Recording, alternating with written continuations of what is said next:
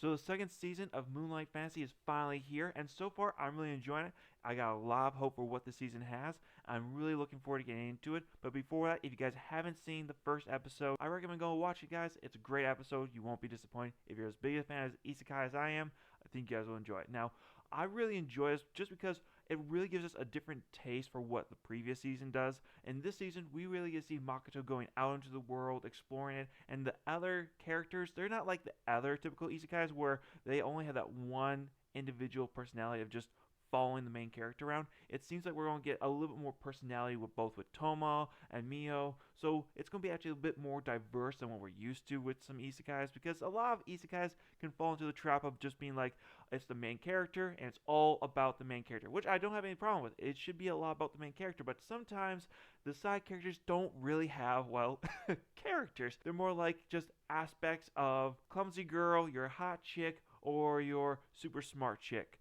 Whereas in this, yes, you can say Tomoe is more your muscle brown girl, but she also is very smart. And Mio, you could say, well, she's just kind of a ditz and is always hungry and always lovely, but she also has a true passion to help out the young master. So I guess you can say she fits more of that stereotypical type of character. But I really have a lot of hope for this season, and it really starts off with Makoto and his unintended adventure. Now, Makoto, him and Sheik are just traveling on their way to get to Rotsguard Academy, where they're going to set up a new shop, maybe learn some magic, and really start their exploration of the world from there, just to see really what's going on. If the goddess is really the main cause for humans being so, well, jerks, I guess is the best way I can say it. After all, the last time he interacted with a group of adventurers, they kind of killed some of his people, which he had to then go take him out as retribution. So I can understand why Makoto doesn't have the best opinion of people at the moment. But when he hears the story of a village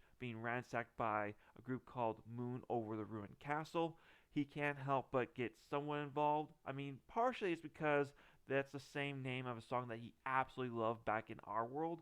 But the other part is when he's hearing the story from the young lady that it would take the guild a month and a half to get a group of adventurers big enough to go deal with the bandit group of 100 well-armed bandits. He knew that there wasn't much hope for that village. Now, as tragic as that is, he still didn't want to get involved, but eventually he will change his mind when he comes across her and her companion, a demi-human, being assaulted. He saves them, and he also deals with a couple guys that were tailing him from some events early in the day. Now, once he's rescued the two, he heals the demi-human, and he takes him over to the wall where they can get away from those back alleyways, from those thugs.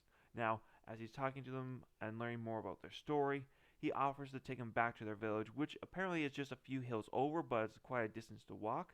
But our boy Makoto, since he's just not your normal adventurer slash merchant, he picks them up and starts leaping away over to their village like he's some kind of character from Naruto.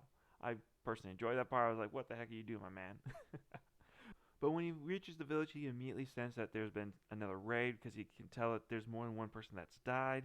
And he still hasn't come to grips that this world doesn't appreciate life. That he still is very much so from our world that we appreciate life, and he still can't get away from that concept.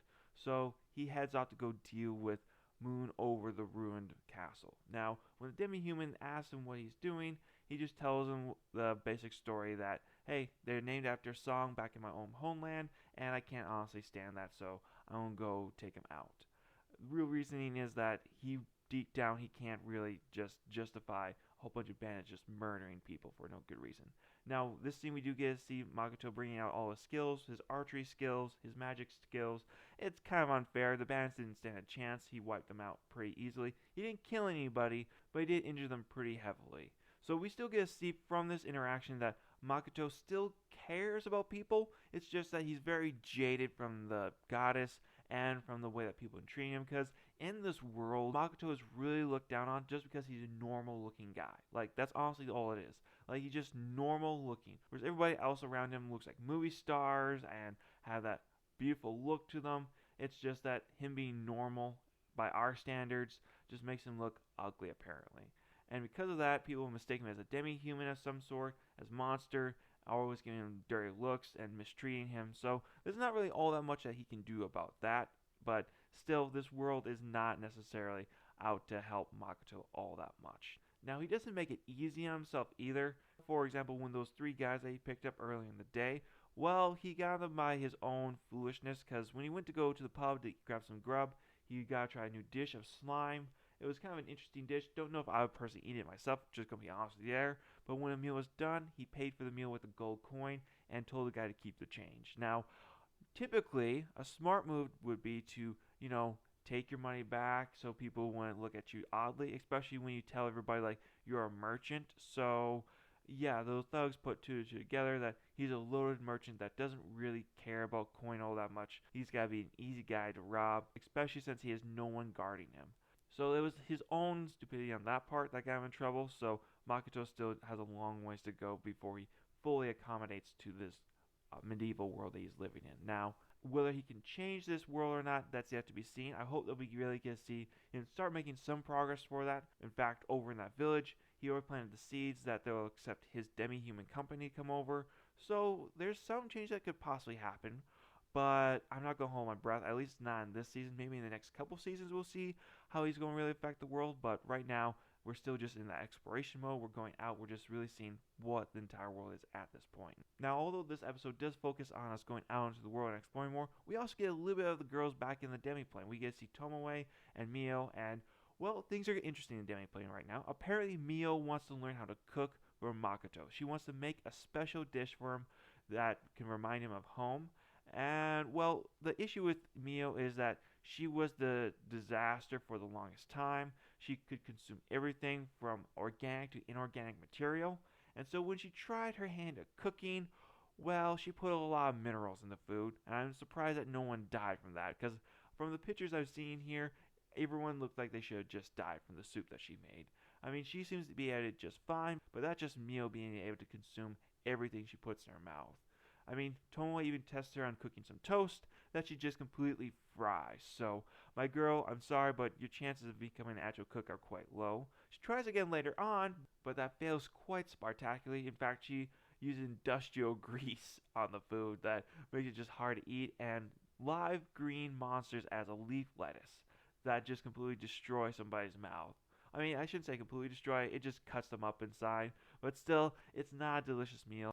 It just really shows that Mio has a long way to learn just how to cook anything.